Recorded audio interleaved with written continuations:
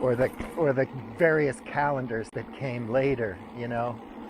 I mean, there's a reason there's a July, right? Julius Caesar, and you know, changing the calendar around so it made more sense. But anyway, that's another story. So it has a long history in the ancient world, and then there was a blacked out for a long time. Theodosius, or one of these emperors, Roman emperors, banned them for some reason. I didn't get into the fine print on that. A long time ago, and then there was a blackout until 1896, when Athens staged an Olympics, and 13 countries joined in, and there were hundreds of athletes and 60,000 spectators. That's a lot back in 1896. And so then there was a blackout. Obviously, there was World War I and all kinds of problems. And then in 1924,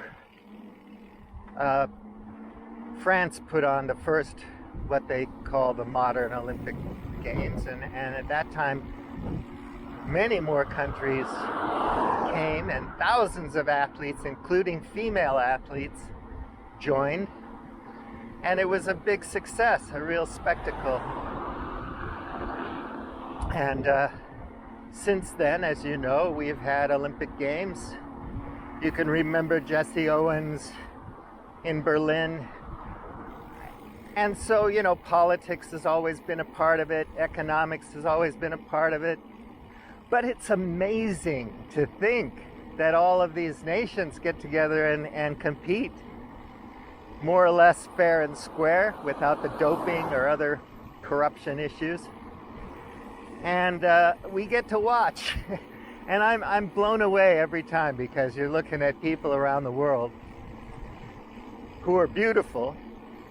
And by the way, if you count medals, if you're into that sort of thing, Europe gets a lot more medals than the United States. And it's not that much more populous than the US. So there you go, USA, USA. If you look at the European Union nations, minus UK. Anyway, never mind. So all these different athletes get together from different countries, and it's absolutely amazing to watch what they can do in all these different sports. And now we have skateboarding and speed rock climbing, and you know, every year there's new sports. Some go away, some come back. It's awesome. And it's truly fantastic how well these athletes do. And they're from everywhere. So you can take your racist bullshit and your xenophobic bullshit and your jingoistic bullshit and your nationalistic crap. Now, I'm not saying there's anything totally wrong with nationalism per se, like being proud of where you're from and whatnot. I'm from Liverpool, mate. I'm not from London. Those fucking faggots from London or whatever. But you can put that aside, can't you? At least for this. Yeah, Chinese people and Russians and Kazakhstan people and people from Kenya and Somalia, wherever, can do amazing things. They're intelligent, smart, disciplined, beautiful, attractive people. And please put aside the sexualization thing. I'm not sexualizing anything, for God's sake. I think when an athlete complains about that, they're just complaining about personal experiences, and I understand that. But, you know, when you play beach volleyball, you don't wear a lot of clothes. It doesn't make any sense. Jumping around and running around in the sand, it just doesn't work to wear a lot of clothes, you know. It's a bikini sport, so chill out. Anyway,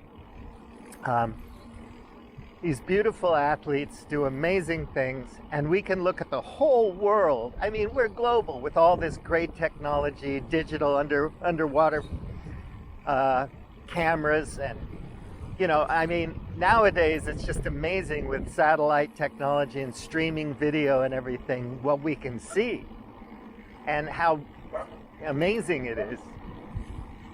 And so, minus all the controversies, can we pause for a second and just appreciate human beings, Homo Sapiens sapiens, what they can do,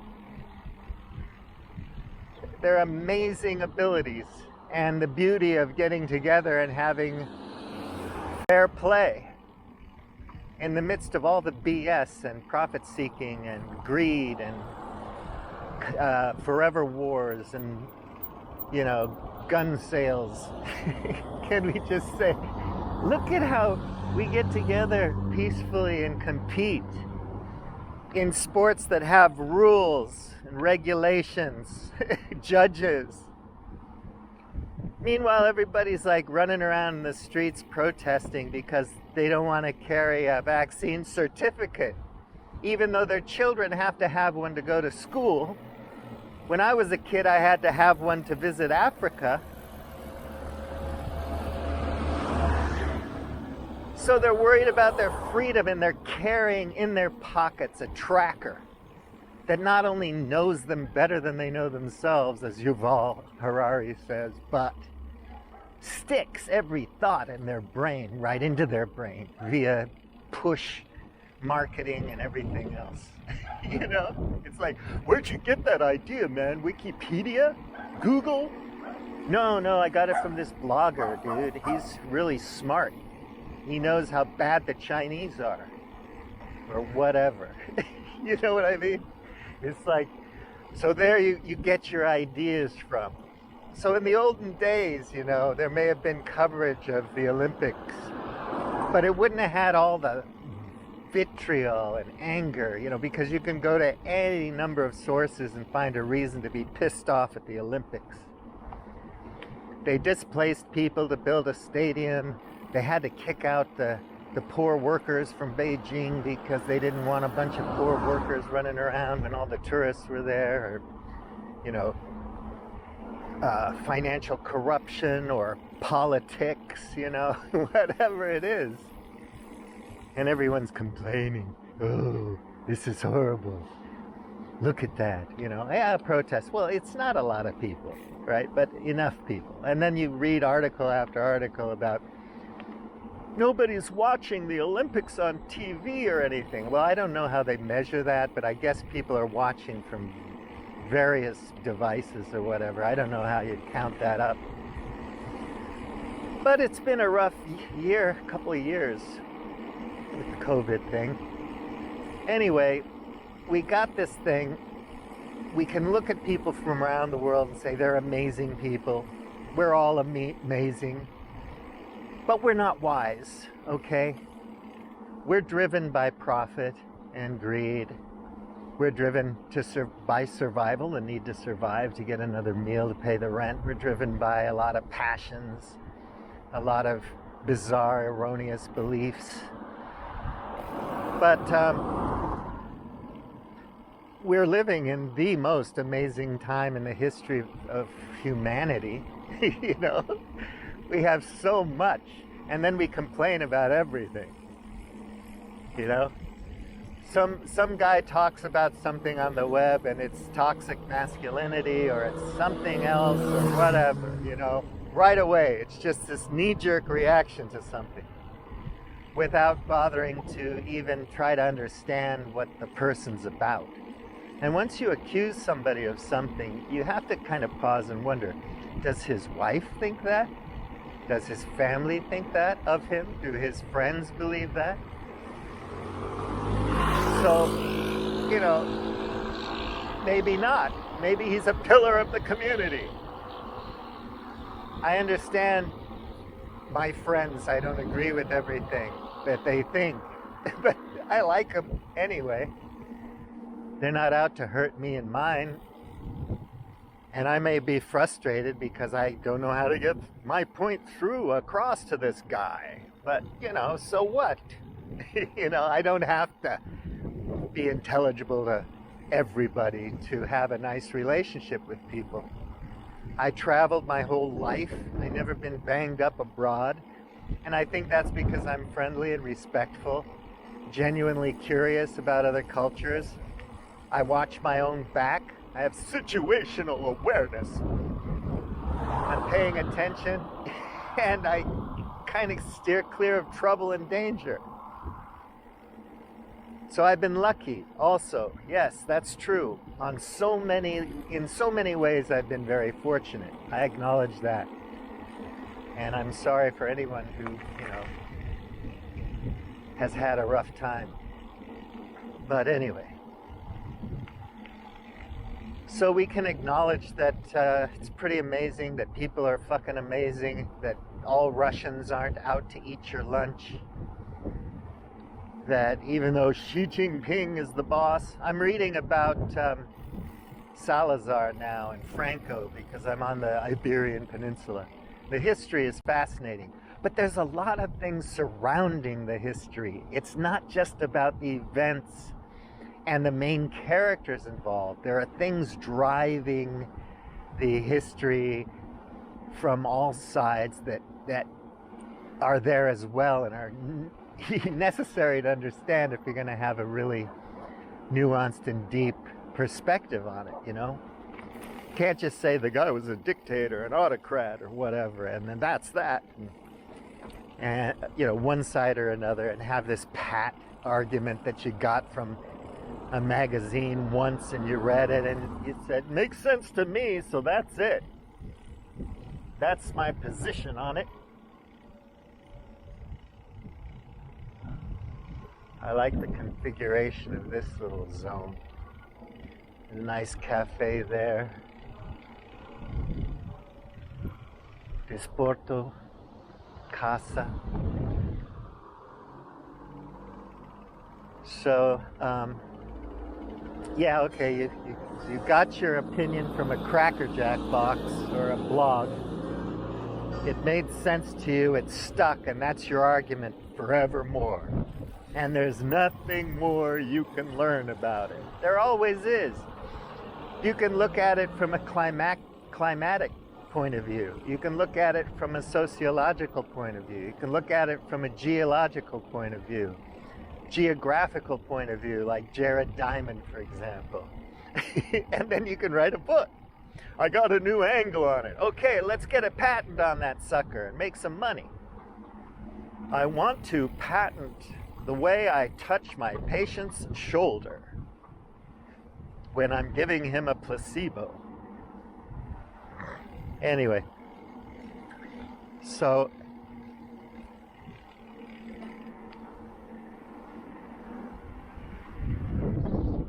you've got many ways to look at an elephant, right? You've heard these kind of metaphors before, right? The guy's touching the toenail of an elephant and thinks it's a turtle. There are many ways to look at things, right? So you read several books about Salazar or Franco, pro and con, if you're really interested, and then you read some books about Spanish culture and Portuguese culture and Portuguese history and so on and so forth. Understand why they acquired certain colonies and what happened and what the pushback was from different countries about different issues and who was bullying whom and what the people were like at the time. It's interesting because up until the 40s, most people were illiterate, So we take a lot for granted, and then we complain about everything. We want to eat our own babies and kill our neighbors over nothing. We're out protesting because why? Somebody indoors wants to know you don't have asymptomatic COVID and can't get Auntie Clara sick. People think, hey dude, it doesn't work. You wear a mask, it's not going to prevent you from catching it. No, but you could have a vaccine and other things, and we could get to herd immunity using a vaccine. No, no, no. It has to be ivermectin and duizabin and all these other things. Because, and then I'm so sick of this superhero elite narrative, that somehow Bill Gates and Soros and whoever are so good, like Donald Trump even. They're so good that they could, do this, that, and the other Dr. Evil thing. They're not that good. Oh my God, don't get me started on the conspiracy stuff. It's pitiful. A conspiracy theory mindset is just saying, look, asshole, you're hopeless, helpless, there's nothing you can do about it, you're powerless. These guys are superheroes, they've screwed you, and I know it. And you don't, because you're a blind, sheepish moron. So that's the only joy they get from that way of thinking, is just in their mind thinking, I know the evil and the shit that's going on. It's almost like religious paranoia, where everything's an evil spirit and the devil's everywhere. If I leave my church for a minute, I have to be careful because everyone's possessed by the devil. It's that kind of thing. What a terribly sad way to live with that mindset.